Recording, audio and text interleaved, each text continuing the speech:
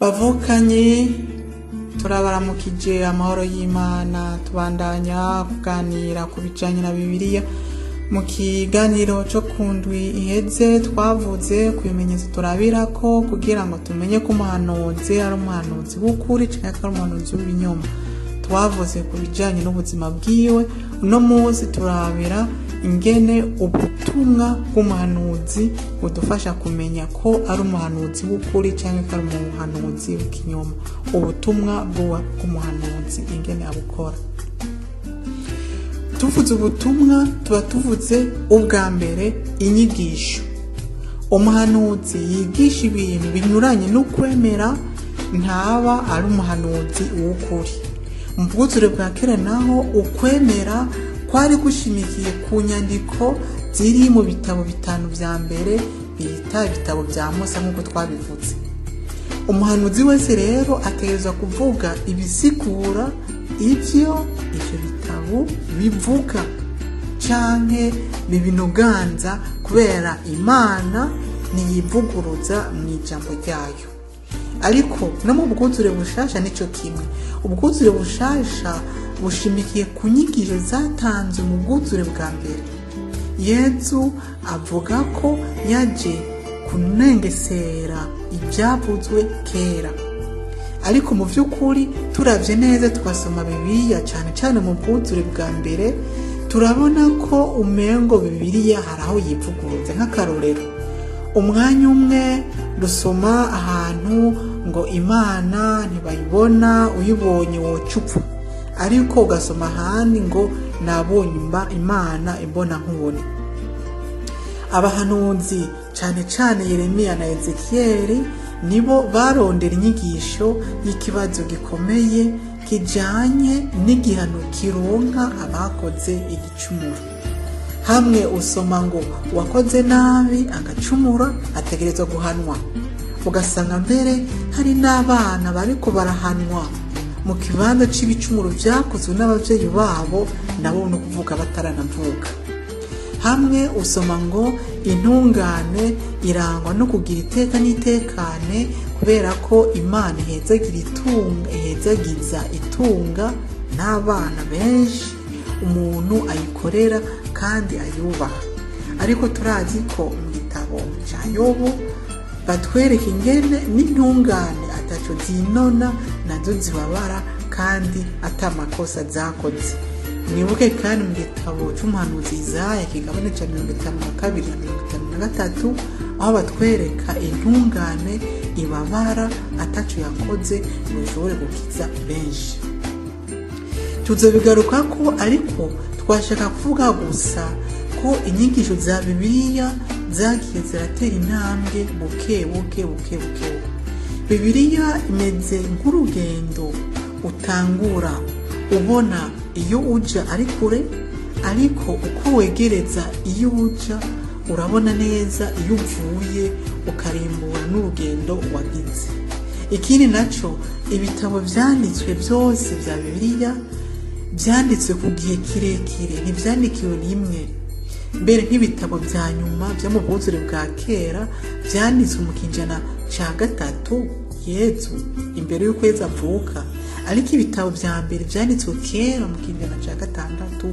Nuko nukuvuga ibitabo vyanditswe ku gihe kinini, naho tubibona ari igitabo kimwe, ariko vyafashe umwanya munini kuvyandika, ntibavyandikiye rimwe.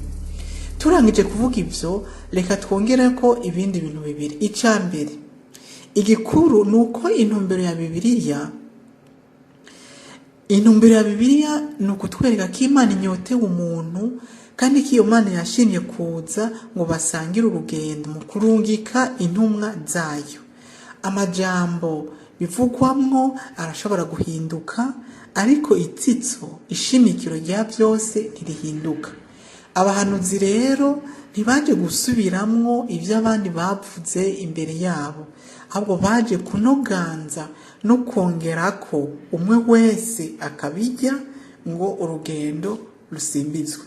Ubwa kabiri, abahanuzi ntibaje kurundarunda amajambo n'amategeko, kugwiza amajambo n'amategeko igihugu cogenderako canke Imana yabatumye.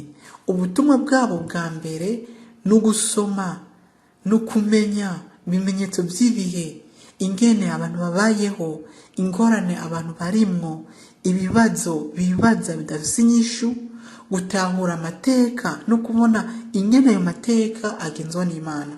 Ubutumwa bwabo rero ntibufatiye ukuntu gusa bokwama bavuga bya bindi nyene bidahinduka, ahubwo buri gihe hari ibibazo byaco.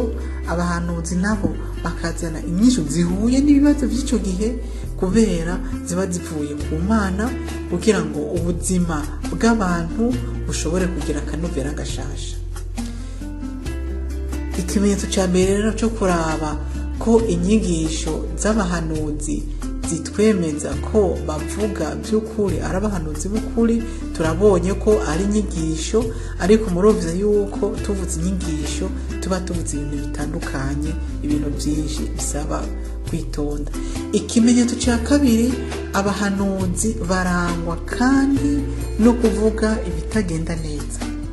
Nkako umuhanuzi w'ikinyoma arondera kunezereza abamwumviriza, aho umuhanuzi w'ukuri avuga ukuri uko kuri atajya umunwa. Biraboneka rero ko umuhanuzi aje guca urubanza Imana yamutumye mu kugaragaza ibicumuro, ariko umuhanuzi kandi amenyesha ko naho Imana ihana abadakora neza, yongera kwerekana ko Imana igirira ikigongo abakisabye.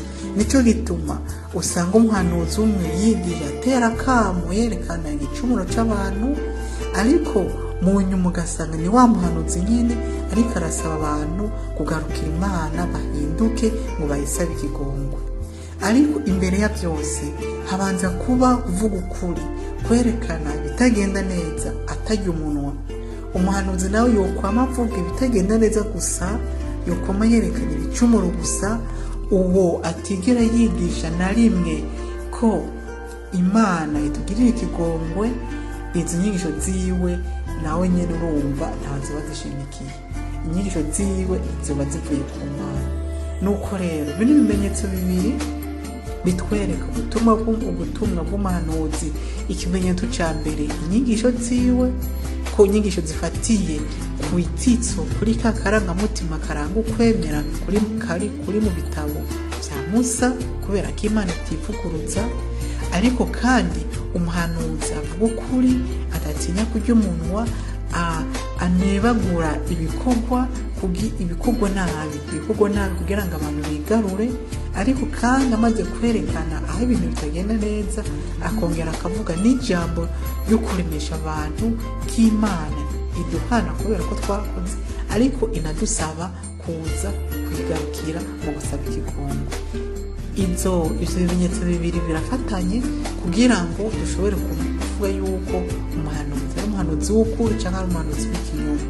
Mu kiganiro gikurikira tuzobandanya kandi kuvuga ku bijanye n'ubutumwa bw'umuhanuzi mu gice cya kabiri, kubera ko hari ibindi tugomba gutegerezwa kongereza ko kugira ngo tubone ko ubutumwa bw'umuhanuzi ni bwinshi, buvuga ku bintu bitandukanye.